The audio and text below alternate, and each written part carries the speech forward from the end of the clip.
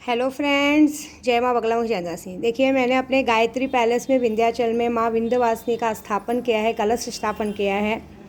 हमेशा मैं ही करती हूँ, सबको पता है, क्योंकि ये मुझसे बगैर कलश स्थापन कराए नहीं चुकती हैं। मेरा बदन भी भारी हो गया है क्योंकि मुझ पर 9 दिन माता की सवारी रहती है, इसलिए मैं 9 दिन किसी से भी ज़्यादा बात नहीं करती हूँ, क्योंकि दिमाग एकदम गुस्से में रहता है। हम पूरे कर्म मन वचन से पूरा बाल ब्रह्मचार्य व्रत धारण करके सिर्फ और सिर्फ माँ मन में माँ की पूजा करते हैं। देखिए, मैंने माँ की फ़ोटो भी विराजमान की है। माँ विंध्यवासिनी, अष्टभुजी, काली घो, मेरी माँ मांडरची काड़ूबाई धावजी पाटिल। देखिए, उनके सामने बिबवा रखा है। गणेश जी नहीं थे तो गणेश जी को चावल के रूप में, गणपति पापा को सुपारी के रूप में रखा है हमने। मंगला गौरी का रखा है, मंगल गौरी का यहाँ पे स्थापना किया है। लौंग इलायची का किया है। देखिए, बाल गोपाल जी को रखा है।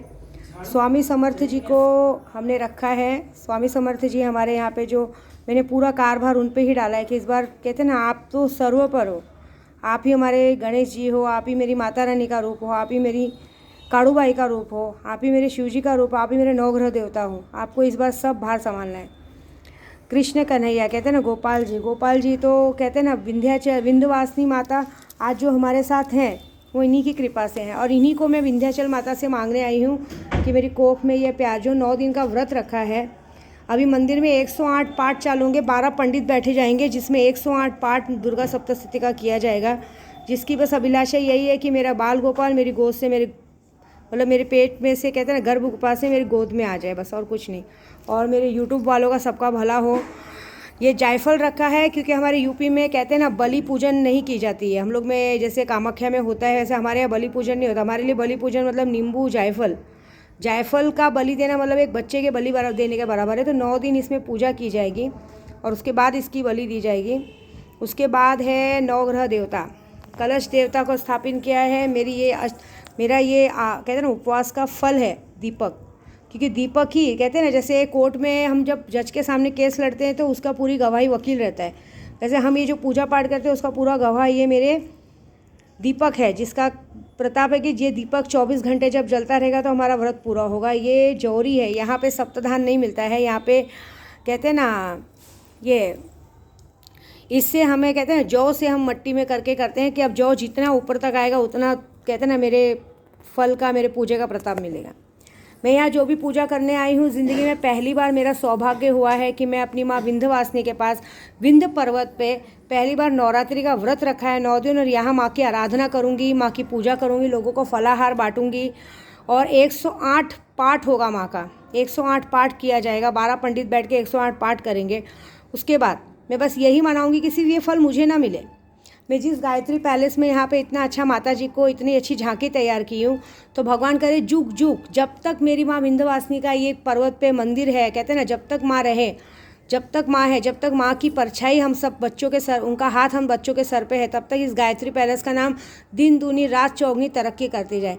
मेरे चतुरा भैया का नाम दिन दूना रात चौगना, मतलब कहते हैं ना, धरती से लेके तीनों आकाश तक, तीनों लोकों तक इनका नाम चमके।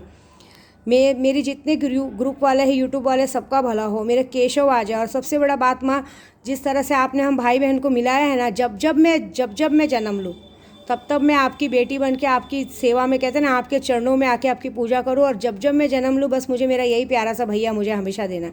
मैं जब जीऊँ तब मुझे मेरा चतरा भैया जैसा भाई देना, बस यही चाहूँगी। क्योंकि कहते हैं ना, ऐसे लोग बहुत कम जन्मते हैं, और मेरा भाई जैसा भाई तो कोई नहीं है। जुग जुग जिए। भगवान करे, मैं आज नवरात्रि के पहले दिन यही आशीर्वाद दूंगी कि भगवान करे जुग जुग जियो, तुम्हारा नाम, तुम्हारी 7 पीढ़ी माँ की सेवा करे, 7 पीढ़ियों तक तुम्हें कभी अन्न धन किसी चीज़ की कमी ना पड़े। इस गायत्री पैलेस में मैं ये स्थापना की हूँ, और यहाँ पे मैं बैठ के 108 पाठ तो हो ही रहा है मंदिर में, प्लस मैं यहाँ पे 1.25 लाख माँ का जप करूँगी। बाद में 10 महाविद्या का यथाशक्ति जप करूँगी, मेरी काड़ूबाई का जप करूँगी। सोचो, मतलब करीबन 11 लाख जप तो हो जाएगा। तो जिस जगह पे अगर 11 लाख जप होगा तो वो जगह ही एक तरह से जागृत हो जाएगी। और मुझे पता है आने वाले समय में इस जगह को बहुत लोग माने जाएंगे। ऐसे भी मेरी औकात तो नहीं, मेरा भाई तो खुद ही जाना माना है। हमारा गायत्री पैलेस, हमारा होटल खुद ही लोग जानते पहचानते हैं। लेकिन एक, कहते हैं ना, एक अनाथ को, मतलब मैं तो अपने आप को अनाथ ही मानती हूँ, लेकिन अब मैं अनाथ नहीं हूँ, क्योंकि मेरे पास मेरी माँ विंध्यवासिनी माँ है, मेरे पास मेरा भाई है, मेरे पास मेरी प्यारी सी भाभी है, प्यारी सी भतीजी है, मेरे प्यारे से 3 बच्चे हैं, मेरे प्यारे से प्रदू है। माँ, हम सबको आशीर्वाद देना कि हम हमेशा फले फूलें, जिस मकसद से मैं आई हूँ मकसद पूरा करे। मेरे मांडरची काड़ूबाई माहौरगढ़ के रेणुका माँ, बस मेरी हर इच्छा पूरी करना बस ये है कि जो जिस तरह से मैं लोगों में दान धर्म करती हूँ, मेरी इच्छा कभी ना बदले।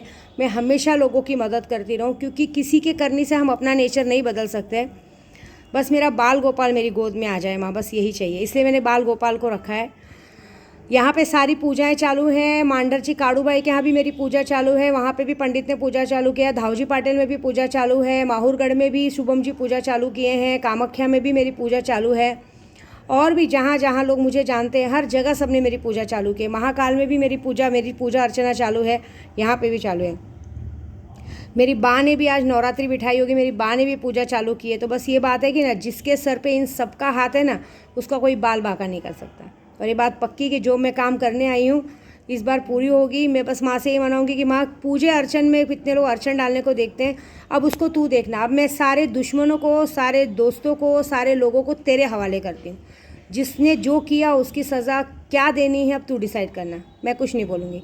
क्योंकि बस मुझे 9 दिन तेरी सेवा करनी है, तेरी पूजा करनी है, और जिस काम से मैं आई हूँ उस काम को पूरा करना है। जय माता दी।